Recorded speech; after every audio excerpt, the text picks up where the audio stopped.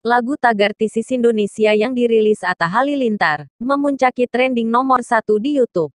Sejak lagu dan video musik dari lagu ini diluncurkan, Ahad, tanggal 15 Agustus tahun 2021, video musiknya sudah ditonton lebih dari 2,5 juta kali.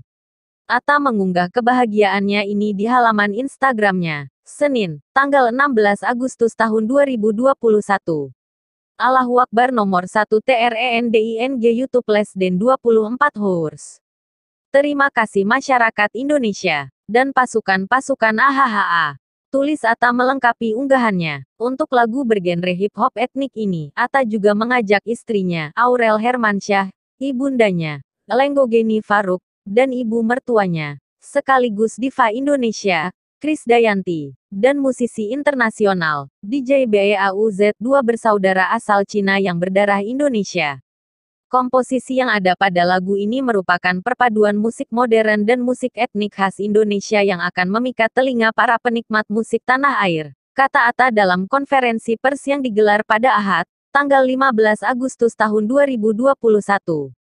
Unggahan Atta mendapatkan balasan dari rekan-rekan dan juga netizen.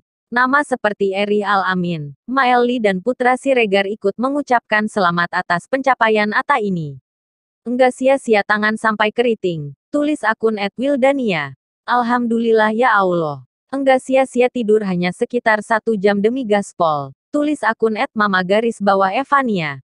Atta menjelaskan, lagu Tagar Tisis Indonesia ini berisi pesan tentang persatuan Indonesia, mengenal, dan mempelajari kembali bagaimana Indonesia yang kaya ini memiliki budaya luhur.